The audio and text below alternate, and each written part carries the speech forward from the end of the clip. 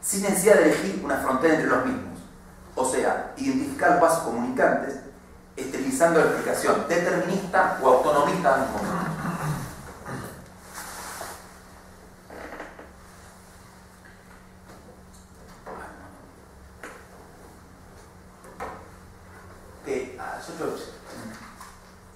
Menos 20 está bien, ¿no? Sí, así es. ¿Está bien? Dale. Sin pregunta después, pero sí. Dale, sí, sí. No, estoy. Bueno, vamos al último, que es Merleau-Ponty. Merleau-Ponty dice muy claramente, con Maquiavelo estamos en el medio propio de la política.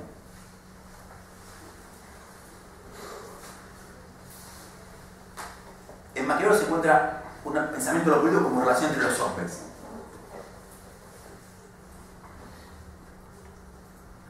Por eso Merleau-Ponty empieza a preguntar en su artículo cómo podemos comprenderlo.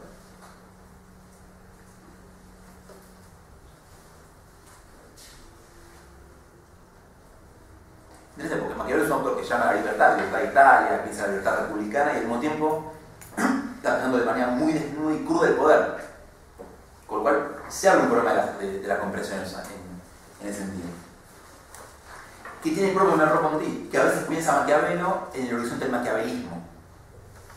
Entonces, bueno, Max Weber finalmente no es un Maquiavelo, o el maquiavelismo marxista se distingue del maquiavelismo a secas. Parece a veces en Merleau-Ponty, que está escribiendo y leyendo antes de las grandes lecturas republicanas de los años 70 y 80 sobre Maquiavelo, que, digamos, cambiaron el horizonte de lectura, parece dar cuenta de que, o ubicar a Maquiavelo dentro de ese maquiavelismo como pragmatismo cínico.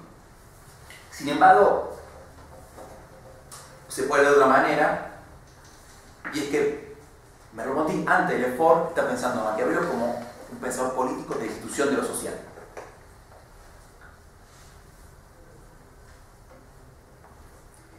Sí, la singularidad de lo político en el conflicto interhumano.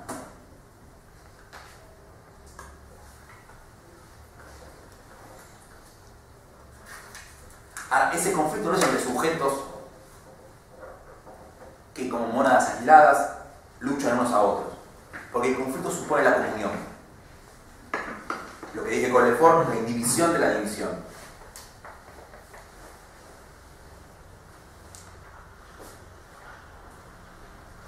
Pero tengo una cosa anterior. Esa relación que hace a veces Merleau-Ponty confusa entre Maquiavelo como un pensador, digamos, potente de lo político y a veces Maquiavelo disuelto en el maquiavelismo, digamos, despierta algo que Lefort captó muy bien, que es, por un lado, el imposible era Maquiavelo sin el maquiavelismo, es decir, sin esa tradición que hizo de Maquiavelo una especie de bestia cínica y pragmática, y al mismo tiempo el imposible leerlo con el maquiavelismo. O sea, no se le puede quitar totalmente a Maquiavelo de esa capa de lecturas, digamos que le ha hecho, entre comillas, la mala fama, pero al mismo tiempo no se lo puede, por supuesto, leer ahí. Lefort como lo resuelve, poniendo las interpretaciones adelante de su trabajo y dialogando con ellas, digamos.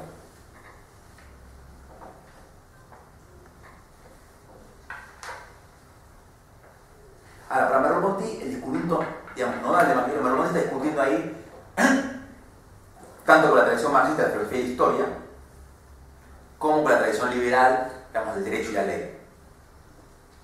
Ambos casos postulan las trascendencias del campo de los posibles, que Merleau-Ponty lo llama pensamiento de sobrevuelo, o surplumbis, ¿no? que cae, no se puede traducir, digamos. Por tanto, ¿qué va a haber en Maquiavelo? Que Maquiavelo descubre que el poder no posee un fundamento trascendente, que está amarrado al drama de la lucha social. Por eso el dominio o la autoridad política, o el dominio del príncipe o la autoridad política es siempre inestable.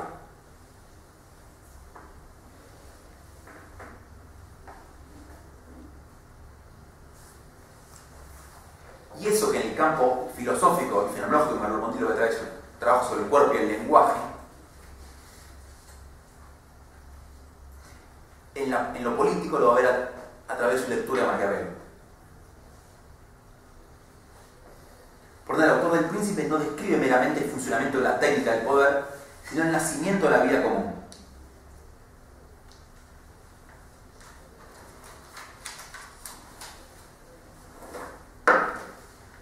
nacimiento de la vida común que debe mirar el litigio entre los hombres.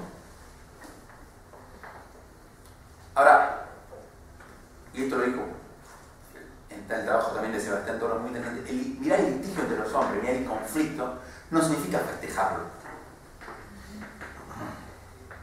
En Merleau-Ponty, en su autor, en Lefort también, digamos, el descubrimiento de la relación inherente de lo político con la contingencia del conflicto no significa su festejo, su exaltación.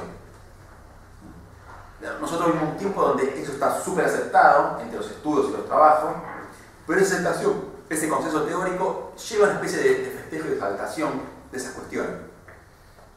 Ahora, en Maquiavelo y en estas lecturas agudas no está eso.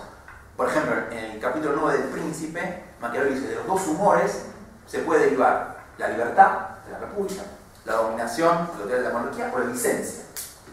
Con lo cual, de los dos humores contrapuestos del conflicto, puede derivarse la licencia y la destrucción de la política, e incluso la violencia. Por donde la política tiene que mirar el litigio, el conflicto fundamental, pero no en un clima de exaltación o de aceptación, sino de trabajo sobre eso.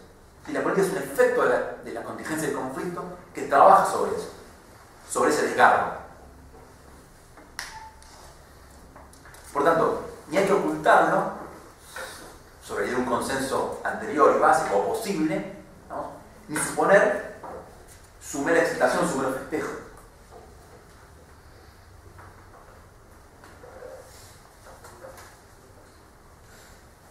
Casi que me aventuro a decir que los mejores próximos trabajos sobre teoría política y pensamiento político van a ser los que empiezan a discutir con la exaltación de la contingencia y conflicto, sin ser súper optimistas y demás. Al registrar los autores, eso está, digamos. No está explícito. Explícito lo podemos hacer ahora cuando vivimos en este consenso teórico, que produce una paradoja, porque por un contexto de recepción, digamos, entusiasta de Maquiavelo, y al mismo tiempo, digamos, que alisa, digamos, su carácter más corrosivo, que veían estos autores cuando hablan del insol y demás, al recibirlo, digamos, en un lugar de festejo de lo post-fundacional, que no hay fundamento.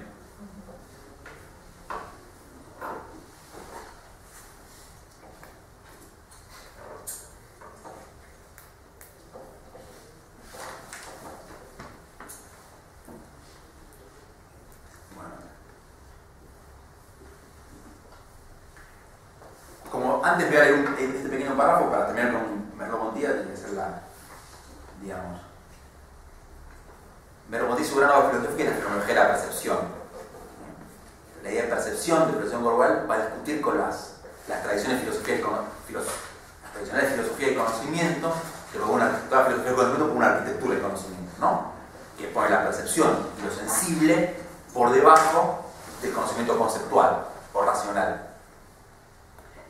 Me lo podía mostrar que la percepción del cuerpo es un tipo de conocimiento orientado en el mundo, digamos, que supone la revelación del objeto, digamos, sin necesidad del concurso de una narración que separa del mundo.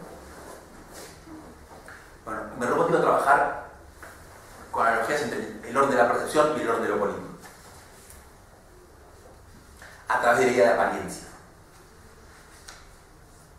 La apariencia, o el espacio de aparición, no es como quería Descartes con el ejemplo de la cera que pongo en el agua o en la persona que veo lejos y no sé si es un fantasma o demás, que después se va a mejorar con el conocimiento racional y matematizante, sino que la apariencia es la experiencia propia del conocimiento,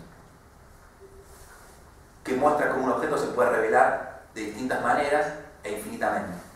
Como si veo esta mesa, la puedo ver siempre de manera situada, en perspectiva, pero de manera infinita. Y sin embargo, yo se me reveló como mesa. Algo similar ocurre en el campo de la política y de la apariencia. Por eso, miren esta frase: los actos del poder, reflejados en la constelación de las conciencias, se transfiguran, y los reflejos de esos reflejos crean una apariencia que es el lugar propio y de suma la verdad de la acción histórica. Cuando decimos acción histórica, le hace acción política. El poder lleva a su alrededor un halo, y su desgracia, como la del pueblo que tampoco se conoce, es la de no ver la imagen de sí mismo que ofrece a los demás. Es pues una condición fundamental de la política desarrollarse en la apariencia. En este párrafo medular de la lectura de Merleau-Ponty se cruzan las nociones de apariencia y la de imagen, y florece como resultado de ese cruce una posible contradicción, que vale aclarar, acerca del lugar de la política. Ella inaugura un espacio de aparición regido por la acción, o es parte de una conciencia imaginaria que se refleja en la vida de los hombres. Esto nuestro colega francés Tian Tarzan se despejó porque dice la constelación de la conciencia, los reflejos me le gustan, pero acá, sin comentar explícitamente, me hizo pensar esto. Merleau-Ponty parece mezclar precisamente las nociones y mienta, por un lado, una constelación de conciencias que se reflejan como en un juego de espejos, dando pie a una subjetivación de la política, ya que la alusión lacaniana al espejo, eso cuando habla de espejo está haciendo la alusión al estadio del espejo de Lacan, remite al lugar del imaginario en la constitución de la conciencia de sí. Sin embargo, por el otro lado, Merleau-Ponty sostiene que la política es una acción que se desarrolla en la apariencia, la cual puede interpretarse como un espacio desubjetivado, donde la perspectiva y la conciencia es marginada en razón de un perspectivismo como acción entre varios. De acuerdo a nuestra lectura, esta última variante es la más pertinente. Situar a lo político en el marco del espacio apariencial, al estilo arendtiano, urdido por una acción plural y conflictiva. Digo esto porque toda una beta de esta misma frase se saca que hay una imaginación política.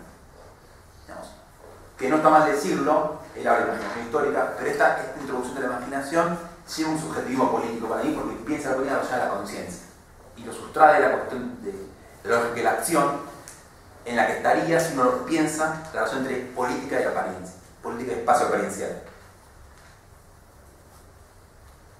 La apariencia sería entonces la manera, si se quiere el concepto filosófico, de percibir la escena pública. El poder, el conflicto, la contingencia, esto es el perspectivismo de la acción que instituye la vida en común. No hay entonces una verdad política por fuera del contorno de la apariencia.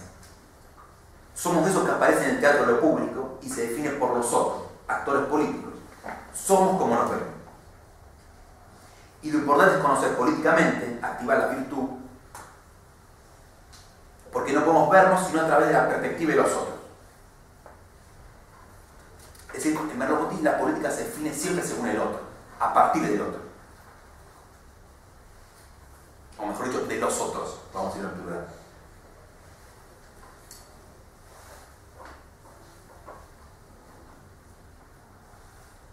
Y por eso el poder está siempre sujeto a lo que Maquiavelo llamará la opinión popular.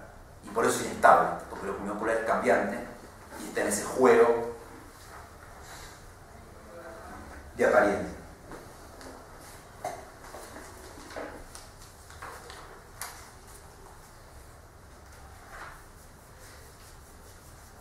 Ahora bien, este recorrido por Maquiavelo es para llegar hasta el final y poner en relación con Marx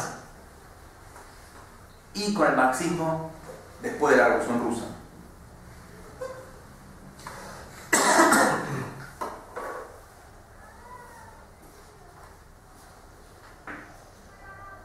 Entonces Merleau comienza por los límites del humanismo político maquiaveliano, que se contentó con buscar un poder que no fuera injusto, sin definirlo académicamente.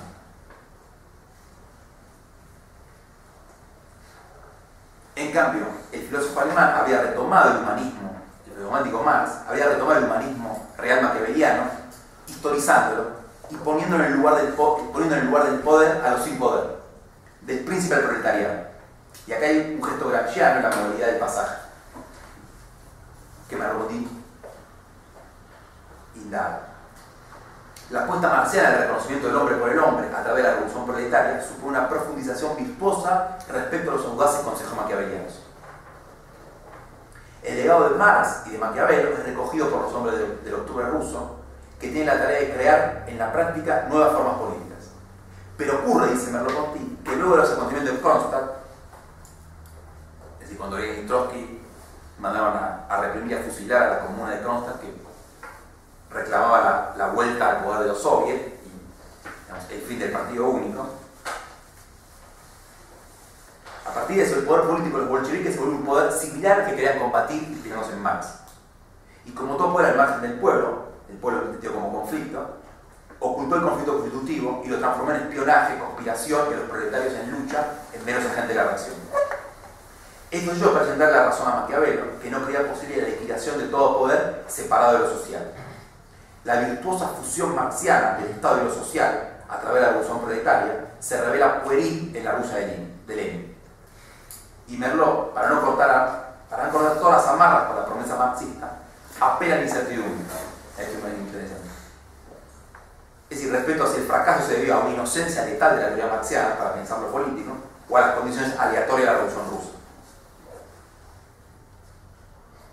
En suma, en las dobles páginas del artículo, Merleau-Ponty parece ir de Maquiavelo a Marx, y luego de observar el marxismo en acción, ¿sí?, el que se desarrolla en la Unión Soviética, de Marx a Maquiavelo, para concluir que el pensador florentino ha diseñado algunas de las coordenadas de todo humanismo serio.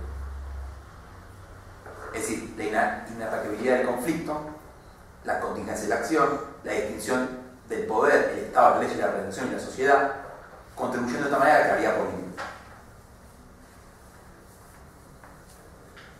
No obstante, lo destacable para Merleau-Ponty es que esas coordenadas que definen el quehacer político no han sido superadas por una teoría y una práctica proletaria que, en cuanto a síntesis dialéctica del conflicto, la contingencia del poder, pretendía esbozar una ruptura con la sociedad dividida en clases.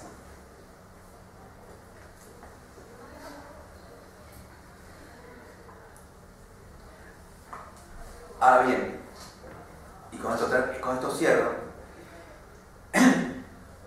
estos conjuntos de 4 autores nos revelan la posibilidad, a través de Maquiavelo, de pensar lo que podemos llamar un humanismo político.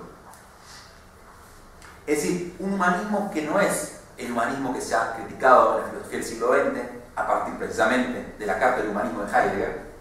Es decir, un humanismo, dirá Heidegger, un humanismo que oculta el ser, un humanismo que piensa al hombre a partir de una antropología, es decir, un humanismo como filosofía de la conciencia, finalmente como filosofía moral,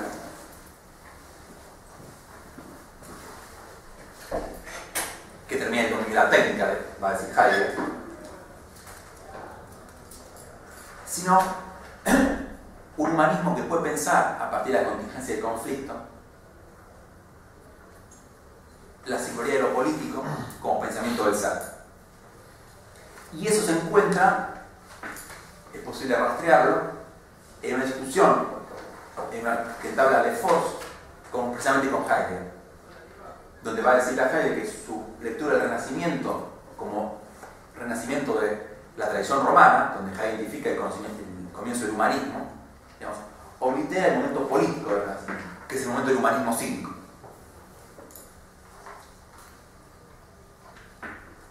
Por tanto, esa lectura del humanismo que hace Heidegger adolece de una pregunta por lo político.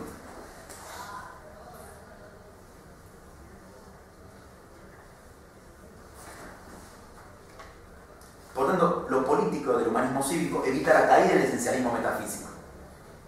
Y como dije, projeta un pensar sobre el ser.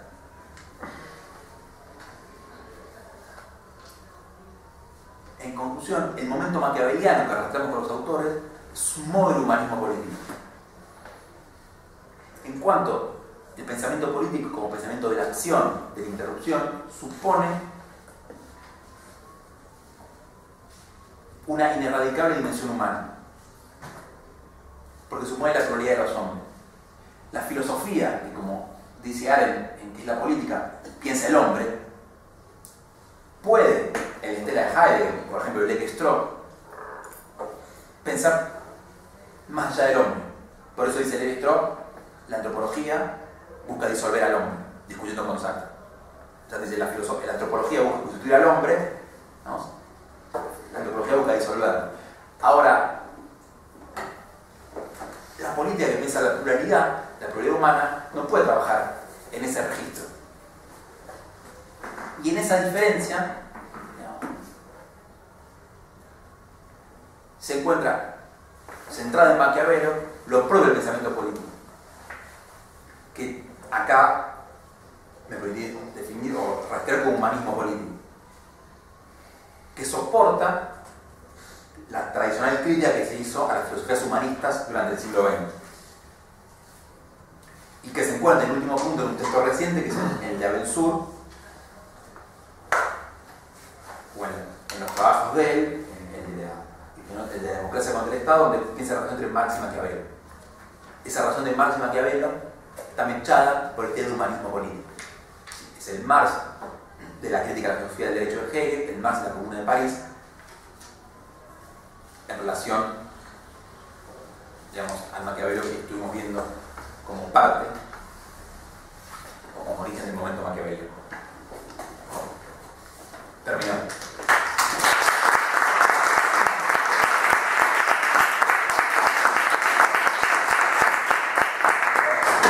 Bueno, damos paso entonces a algunas preguntas que haya. Tenemos tiempo para hacer 3 preguntitas, por lo menos. Así que adelante si hay una pregunta, comentario o reacción a la muy interesante conferencia que dio Leo. Me gustaría, si podés, decir 2 o 3 palabras más respecto de esto del festejo de conflicto o su aceptación o no aceptación como parte de la realidad. ¿A qué te referís bien con esto del festejo de conflicto? Si es o no usar digamos, ese desgarro como herramienta digamos, para trabajar en política, o a qué te referís con eso del festejo precisamente. Llama el festejo a asociar, digamos, la aparición o estallido de conflicto, digamos, y la crítica al fundamento de lo social, a los fundamentos últimos, a partir de contingencia, asociarlo directamente a la posibilidad de la acción y a la libertad política, ¿sí? A la posibilidad de la democracia. La asociación, claramente, por ejemplo, que se hace, me estoy refiriendo a un consenso, a ciertas, digamos, rasgos de la discusión teórico-política actual, por ejemplo, que se llama rápidamente el conflicto de la democracia. En términos efectivos, en términos cuando digo efectivo, digo en términos elogiosos. No porque eso no pasa, digamos, sino que eso, digamos, no necesariamente se desprende, digamos, de una visión de lo social como evidentemente conflictivo o continental o contingente, digamos, la democracia, la libertad política, etc. Eso ya, me está refiriendo a unos cuantos trabajos que se pueden leer y demás, por ejemplo, que siguen haciendo hincapié en la desconstrucción de los fundamentos últimos, como si no se venía haciendo, y queda ahí, digamos. En tanto, ahí empiezan los problemas, digamos. Y sobre todo cuando se lo hace de frente de Maquiavelo. Cuando Maquiavelo está en el capítulo del conflicto, los humores contrapuntos, la política trabaja a partir de eso. Y puede, digamos, surgir lo que se llama la república, la libertad republicana, o la licencia, digamos, incluso la violencia. De hecho, por eso repito lo de Sebastián, cuando él dice que los conflictos entre la nobleza y la plebe se derivó de la libertad romana, en la historia florentina va a decir que del conflicto entre las familias patricias, los Medici y demás, y el pueblo, se derivó la destrucción de la República Florentina. Por tanto, de los conflictos, como pasó en Florencia, también se deriva la destrucción de la República y el dominio de los Medici. O sea, lo que pasó en Roma no pasó en Florencia. Traído a la contemporaneidad, no de la conflictividad por sí, digamos, se deriva una democratización. Parece. Eso es a lo que me refería. Pensaba que, aunque me cuesta un poco tarde el comentario, que es una discusión parecida a esta, Leo, de la sociedad sobre el relativismo, ¿no? También. La idea de, digamos, que apelar a la cuestión de la pluralidad y del relativismo tampoco implica hacer una celebración de eso, sino pensar qué formas políticas pueden organizar eso que aparece como lo diverso, como lo plural, como lo distinto. Y pensaba también vos nombraste, así como al pasar, algo así como la idea del pensamiento postfundacional, y me parece que ahí también hay algo de esto en relación a poder pensar formas de orden, ¿sí? En relación con los modos de pensar la contingencia, en términos no celebratorios o no absolutos, ¿no? Sí. O sea, una política postfundacional no sería la que solo celebra necesariamente, sí la que reconoce la ausencia del fundamento, pero que eso no le va de suyo, digamos, no pensar ciertas formas de ordenamiento o de estructura, digamos, ¿no? Sí. Sí. Cuando dije eso estamos diciendo una cosa que se está pensando ahora de diversas maneras, pero quise enfatizar una especie de tendencia que me parece que hay cierta paradoja en Maquiavelo en ese aspecto, que es un contexto de una recepción, digamos, mucho menos hostil que en otras épocas, digamos, porque como está muy actual y demás, y sin embargo justamente como se enfatiza esa cuestión de la contingencia y conflicto como ya democráticos y demás, ahí se pierde toda porque Maquiavelo todo el tiempo cuenta fracasos, eso es muy interesante. Maquiavelo en todo su trabajo cuenta cómo las repúblicas caen, todo el tiempo vamos a como justamente pensar lo político en relación a la contingencia y el conflicto, presenta un montón de problemas, ¿no? Y en eso es interesante pensar la idea de la política como trabajo sobre, ¿no? No la política como el conflicto en sí mismo, sino como el trabajo sobre. Claro, la política como efectos. Como efecto de eso. Sí, sí, claro. Y ahí está es lo de Ford, digamos. Los dos humores, por ejemplo, del conflicto, la división, engendra el poder, digamos, ¿no? Y al mismo tiempo ese poder político permite visualizarlos, permite tramitarlos, trabajarlos, destruirlos, pero digamos, ahí no hay que pensar en razón de causa-efecto. Pero justamente esa idea ese pensamiento del poder, eso es lo que permite ordenar y que no se tenga. Sí, eso.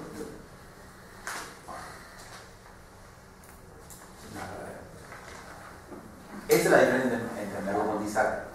Lo que va a decir Merleau-Ponty-Isaac todo el tiempo es, vos estás hablando de la política como, y decís la revolución como mera destrucción, como mera irrupción de un sujeto que siempre aparece, ¿no? Realmente es el sujeto constituyente y es tu subjetividad imperialista, ¿no? se lanza sobre el mundo social y lo piensa sin ninguna carnaría, sin ningún armazón, sin nada. El problema está, digamos, ¿por qué? Porque eso nosotros, claro, nosotros lo perdimos porque, claro, hay ejemplo, pero lo que piensa Merleau-Ponty es, bueno, ¿qué pasa? Bueno, nosotros llamamos ahora conflicto, interrupción, ellos que también dicen la revolución, ¿qué pasa después de la revolución?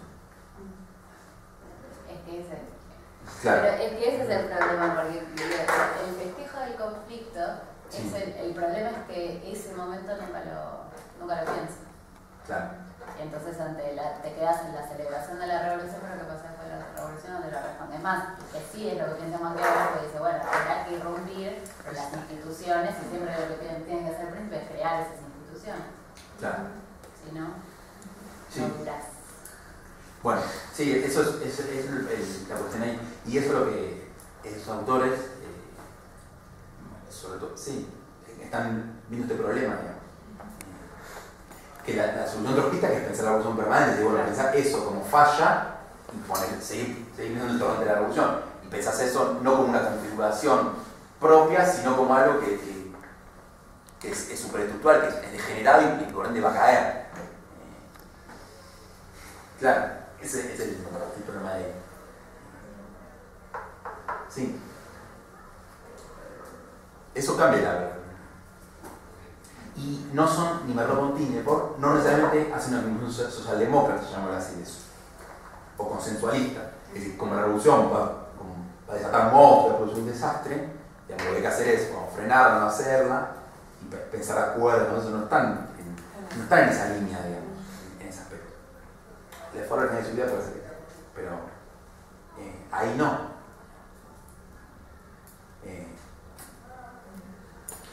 Por eso, puede decir una cosa, en un artículo de esfuerzo de Merleau-Ponty dice que la lectura sobre Marx era radicalizar una filosofía radical. Esto lo que ha dicho al principio. Bueno, yo creo que la lectura de Maquiavelo es justamente eso, en relación de Maquiavelo y Marx. radicalizar aún más una filosofía radical. O sea, no ir a Maquiavelo para pensarlo contra Marx, sino para pensar una radicalidad aún mayor del pensamiento político. Y eso es una diferencia, digamos, de volver.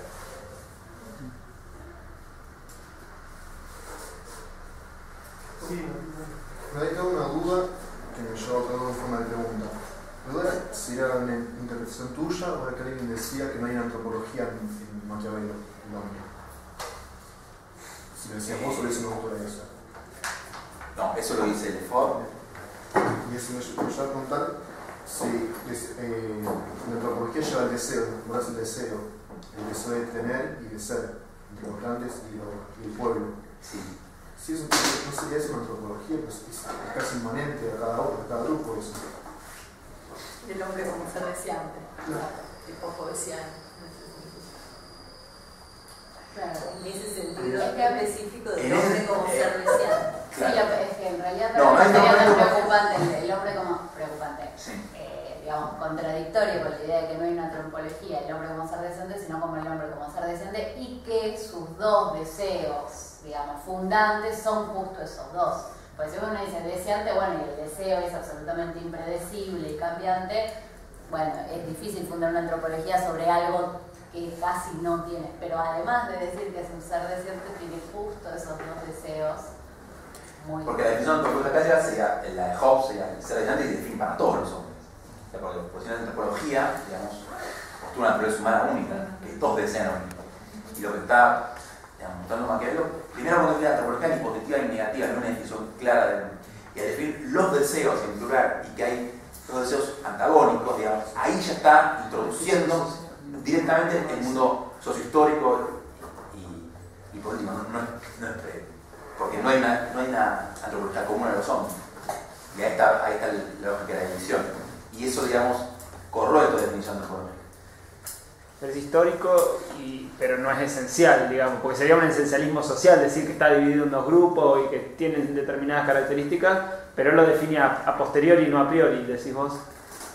Posteriori, no a priori. Claro, como que no dice que esto es una cualidad dada previamente en la sociedad, sino que se lo deduce del devenir histórico y digamos más con una lógica materialista. Esa es una cuestión, ¿eh?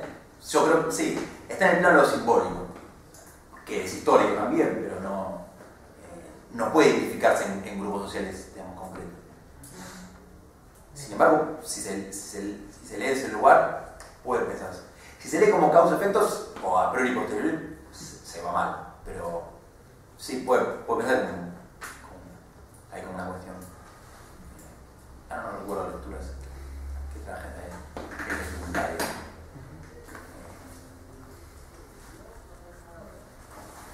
Pero ojo, porque si el deseo es inmanente, no sé si hay que presente la inmanencia de la antropología, porque la antropología así supone principios trascendentes fuertes, necesita un fin. Sí puede pensar el deseo como inmanente, digamos, la condición humana, pero esa condición es siempre cambiante y múltiple, ahí, digamos. El problema es la definición de antropología. También. Pero yo diría la antropología más en sentido positivo y negativo, o sea, nadie va a decir si el hombre, en el sentido de si el hombre es bueno y tiene un punto de atributos definibles, como una especie de sustancia de punto de atributo, o si el hombre, digamos, es malo. ¿Por qué? Porque se está con la idea de que Maquiavelo supone una antropología negativa. Eso es lo que está diciendo, digamos. Que eso no hay, digamos. Antropología en un sentido, perdón, no similar a la palabra, sino como concepción del hombre, sería, Claro, básicamente. bueno, sí. No la, Sí, como la antropología. Claro. No, como concepción, digamos. De la cual se deduce inmediatamente la existencia del orden político, digamos. Ahí, Claro, ¿no? claro. ¿Qué es lo que define? Cada pensamiento político tiene una metafísica antropológica atrás, digamos. Schmitt, como es católico, está pensando en esa lógica, digamos. Uno piensa como el hombre como naturaleza caída, como ser pecaminoso. Ahí Schmitt hace vincula el sujeto deseante de Hobbes con la tradición cristiana. Eso va a un tipo de orden político distinto, así uno lo piensa, digamos, en el sentido, entre comillas, bueno, como sea racional de acuerdo, que Schmitt llega al fin del Estado y es la utopía anarquista final. Lo que yo quise mostrar como bien está por fuera de esa lógica. Lo que dicen ellos.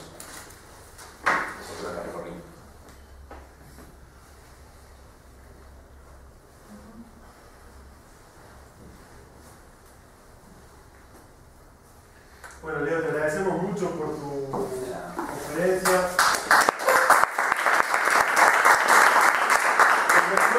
A todos los que estaban antes, que este es el libro de Leo que está disponible en la biblioteca, en la oficina de culturales de la UNS y en la biblioteca también. Y dos cosas más para decirles, dos anuncios importantes. Seguimos con las actividades de nuestra área que no paramos. El próximo jueves, este jueves 19, a las 18 horas, se presenta un libro de historia argentina reciente que se llama La batalla peronista, si tiene conflicto, que es de Las Mías. Va a estar Eduardo Renés y va a estar Sofía Garzay y yo presentando el libro en el aula 7272 del módulo 7. Esto es este jueves a las 18 horas, perdón.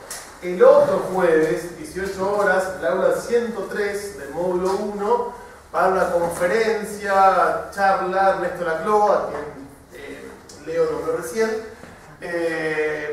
Bueno, y ambas actividades están todos invitados, son actividades muy importantes que tienen que ver con las cosas que nosotros hacemos en el área, así que los esperamos a todos y a todas ahí y nos seguiremos viendo en todas las actividades de nuestra área. Bueno. ¿Es muy optimista decir que no vamos a entrar en la 103? Dar cuenta de que, o ubicar a Maquiavelo dentro de ese maquiavelismo como pragmatismo cínico. Sin embargo, se puede ver de otra manera, y es que Merleau-Ponty, antes de Lefort, está pensando en Maquiavelo como un pensador político de institución de lo social.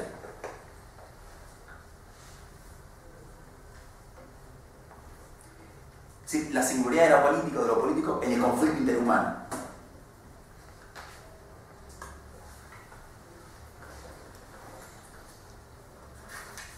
Ahora, ese conflicto no es entre sujetos que como mónadas aisladas luchan unos a otros, porque el conflicto supone la comunión. Lo que dije con Lefort, la indivisión de la división.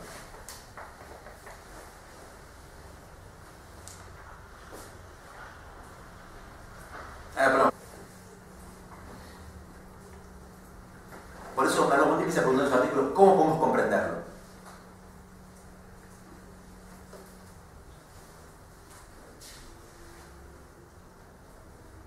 Porque Maquiavelo es un autor que llama a la libertad de Italia, piensa en la libertad republicana y al mismo tiempo está pensando de manera muy desnuda y cruda el poder. Con lo cual se abre un problema de la comprensión en ese sentido. ¿Qué tiene el propio Merleau-Ponty? Que a veces piensa Maquiavelo en el horizonte del maquiavelismo. Entonces, bueno, Max Weber finalmente no es un Maquiavelo, o el maquiavelismo marxista se distingue del maquiavelismo a secas. Parece a veces en Merleau-Ponty, que está escribiendo y leyendo antes de las grandes lecturas republicanas de los años 70 y 80 sobre Maquiavelo, que digamos, cambiaron el horizonte de lectura, parece, por todo una cosa anterior, esa relación que hace a veces Merleau-Ponty confusa entre Maquiavelo como un pensador, digamos, potente de lo político y a veces Maquiavelo disuelto en el maquiavelismo, digamos, despierta algo que Lefort captó muy bien, que es, por un lado, la imposible era Maquiavelo sin el maquiavelismo, es decir, sin esa tradición que hizo de Maquiavelo una especie de bestia cínica y pragmática, y al mismo tiempo la imposible leerlo con el maquiavelismo. O sea, no se le puede quitar totalmente a Maquiavelo de esa capa de lecturas, digamos, que le ha hecho, entre comillas, la mala fama, pero al mismo tiempo no se le puede, por supuesto, leer ahí. Lefort como lo resuelve, poniendo las interpretaciones adelante de su trabajo y dialogando con ellas, digamos.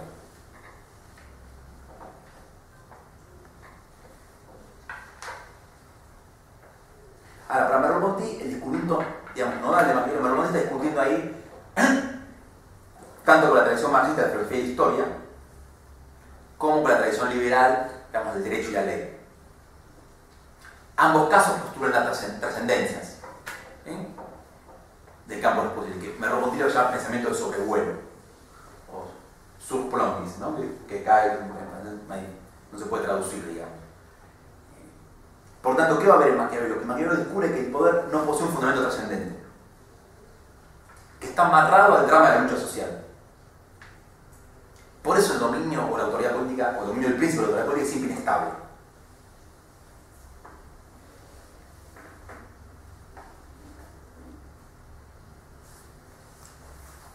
Y eso que en el campo filosófico y fenomenológico de Merleau-Ponty, lo que trae trabajo sobre el cuerpo y el lenguaje, en lo político lo va a ver a través de su lectura de Maquiavelo. Sin necesidad de elegir una frontera entre los mismos. O sea, identificar los vasos comunicantes, esterilizando la explicación determinista o autonomista al mismo tiempo.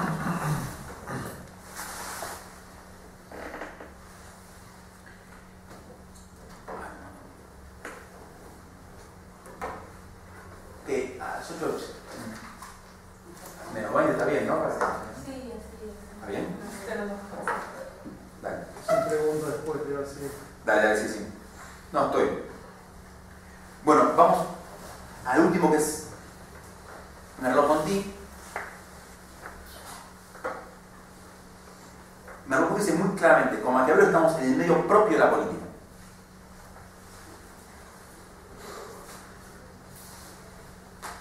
En Maquiavelo se encuentra un pensamiento de lo político como relación entre los hombres.